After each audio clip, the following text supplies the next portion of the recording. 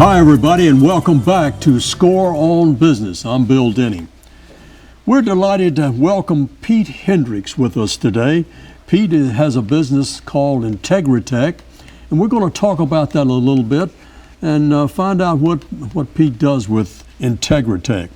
He's currently building his third company, and he says he's the chief client advocate and founder. Is that right? That's correct. Good. Pete, we're glad you're with us today.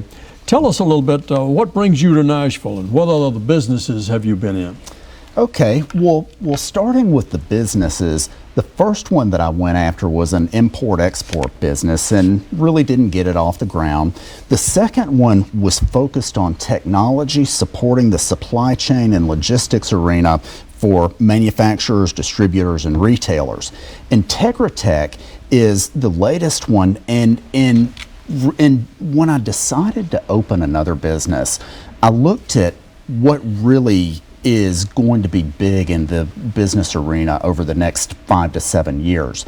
And two of those things are cloud services in the information technology arena, as well as disaster recovery. And so at Integritech, what we do is assist companies in getting their needs met around cloud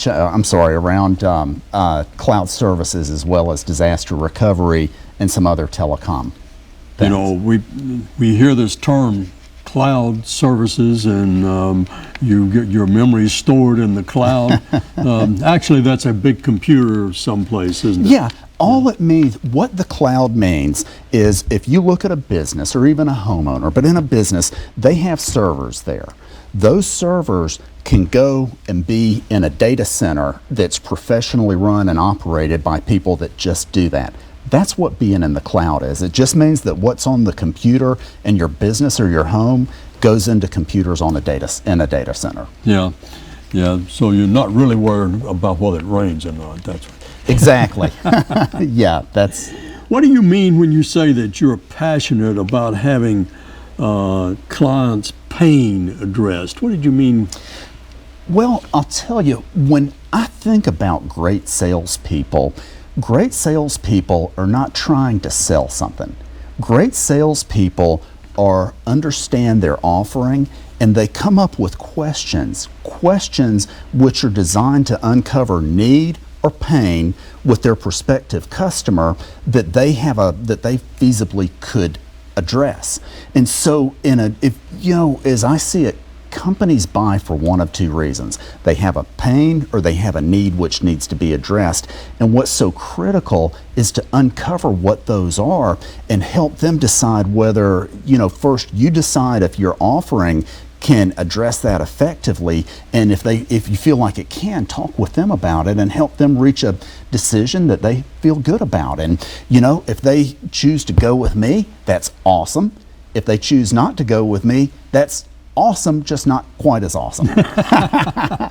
So we sort of have a new definition of sales by calling it pain. Yeah, well, I'll tell you, the great salespeople have done this forever.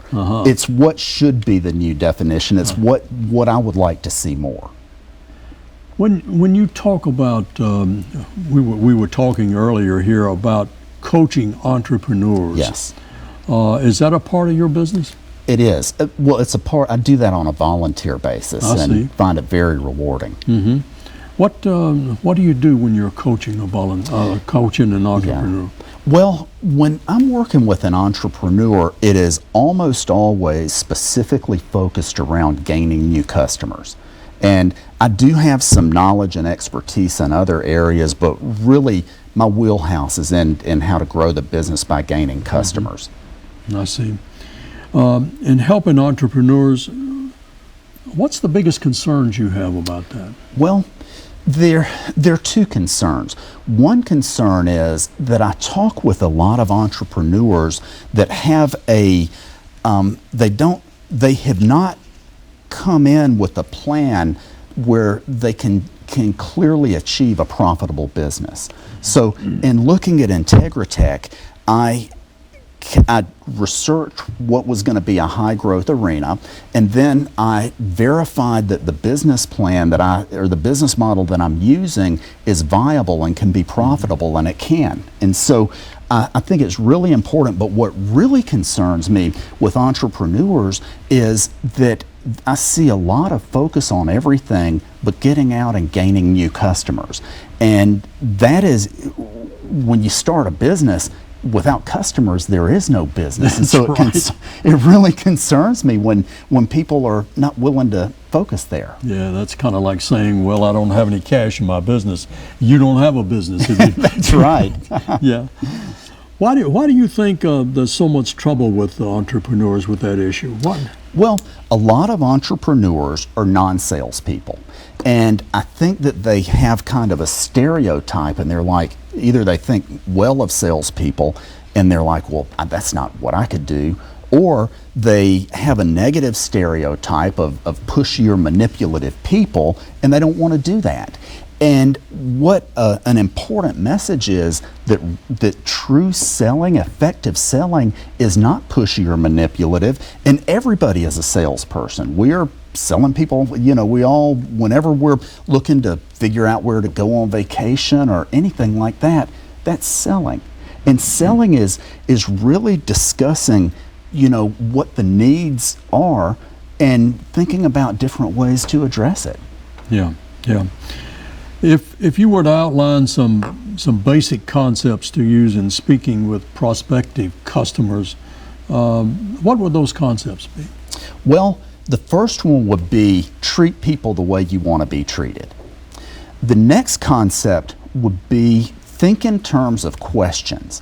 And so if I think of my offering and I think of questions that I can ask prospective customers that will kind of uncover whether they have either need or pain that the offering that I have can address.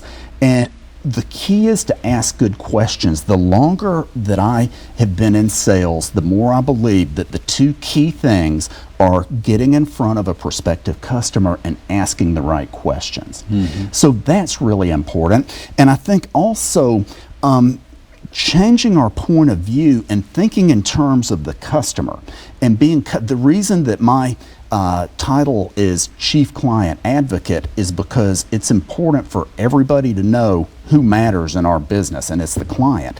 So in my business, I'm usually calling on the head of IT, and there are a lot of different titles that can do that, one of which is the CIO.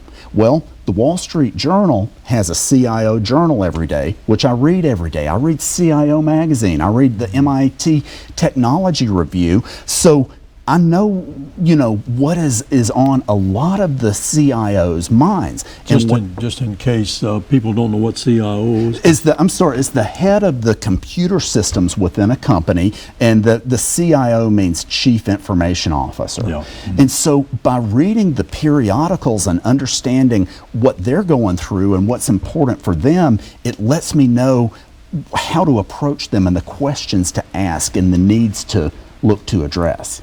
What's the biggest lesson you've learned in coaching entrepreneurs? It's especially when dealing with non-salespeople that are entrepreneurs, the important thing is to help them find a way to prospect that's comfortable to them.